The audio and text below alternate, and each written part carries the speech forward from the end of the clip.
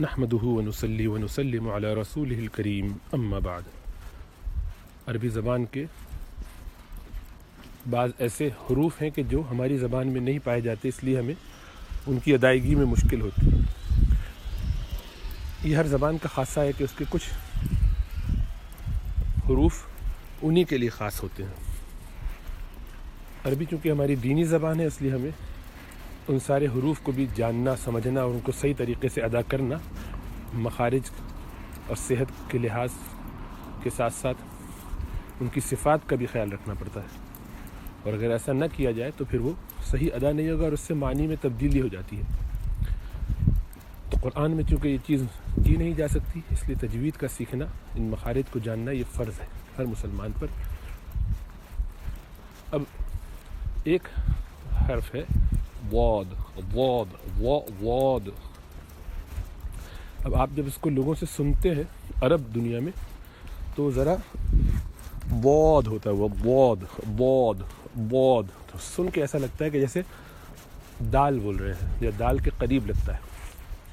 ہمارے ہاں جو انڈو پاک میں، ساؤتھ ایسٹ ایشیا میں، بنگلہ دیش، پاکستان، انڈیا، ان میں تلاوت سنیں گے تو آپ کو لگے گا وہ ذرا واد کی طرح بولتے ہیں۔ تو عام آدمی کو لگتا ہے کہ شاید یہ زود بول رہے ہیں، اور عرب دنیا کے لوگوں کو وہ سمجھتے ہیں دود بول رہے ہیں۔ اب یہ اختلافی مسئلہ ہے کہ یہ مخرج کس سے زیادہ قریب ہے۔ اصل تو یہ ہے کہ نہ یہ دال ہے نہ یہ وا ہے، تو جو شخص مخرج صحیح ادا کرے گا وہ دونوں میں سے جس طرف بھی اس کا میلان ظاہر کر دے گا، آواز جس طرح بھی لگے وہ درست ہوگا۔ اور مخرج کیا ہے واد کا؟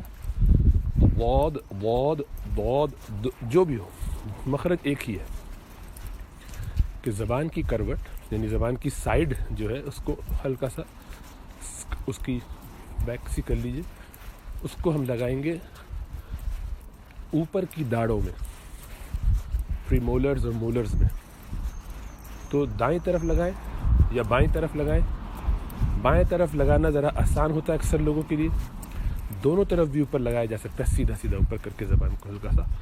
اور چونکہ یہ حروف مستعلیہ میں سے ہے، یعنی بھاری، اس کی صفات جتنی ہیں ان میں سے ایک مستعلیہ بھی ہے، یعنی یہ زبان کی بیس کو اٹھا کے بولا جاتا ہے، خفض میں سے ہے یہ۔ اسی طرح اس میں ایک اضافی صفت ہے استطالہ کی، یعنی اس کو لمبا کیا جاتا ہے۔ اب اگر کوئی شخص اس کو دول لین بولے یہ بھی غلط، زول لین بولے یہ بھی غلط، کیونکہ اس میں زبان کی نوک کو اوپر کی جو تالو ہے ثنایا علیہ کی جڑ میں لگایا جا رہا ہے، اس سے دال بھی وہیں سے نکلتا ہے، اور وہ اگر بولا جائے تو وہ زبان کی نوک کو ثنایا علیہ کی نوک پہ لگایا جاتا ہے، اور اس کو تھوڑا راؤنڈ کر دیا تو سمجھے کہ اس سے صحیح مخرج ادا ہو گیا۔ یہ دونوں غلط ہیں، نہ یہ وہ ہے نہ یہ بو ہے، یہ وہ ہے، وہ ولو۔ اب اس مخرج سے اگر ادا کیا جائے تو یہ درست ہوگا۔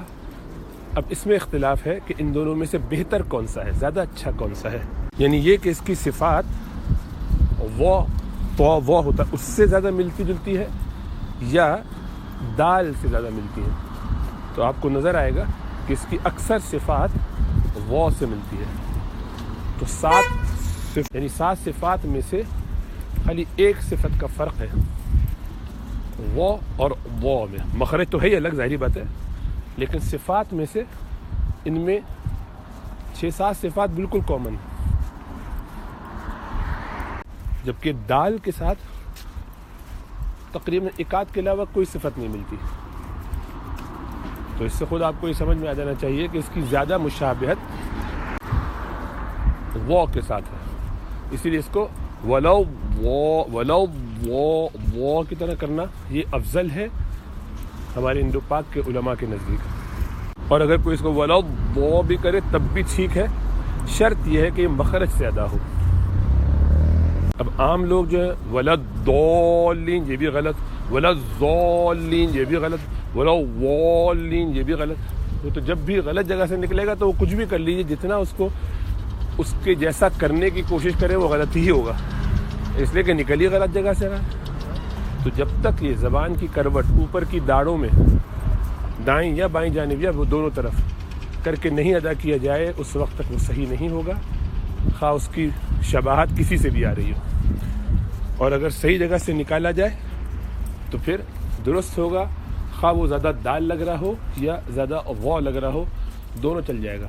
لیکن زیادہ افضل ہمارے نزدیک یعنی انڈو پاک کے علماء کے نزدیک، ہمارے اساتذہ بزرگان دین کے نزدیک وا ہے، وا یعنی اس کو ہم وا کی طرح وا ولو وا وا وا وا ولو، یہ جس میں استفالہ ہوتا ہے کھینچتے ہوئے، یعنی اس کو تھوڑا لمبا کیا جاتا ہے ساؤنڈ کو، ولو. اور وہ لوگ عرب دنیا والے ولو وا کریں گے، ہم وا کریں گے وا. لیکن دونوں صحیح ہیں جیسا عرض کیا. امید اس سے بات واضح ہو گئی ہوگی.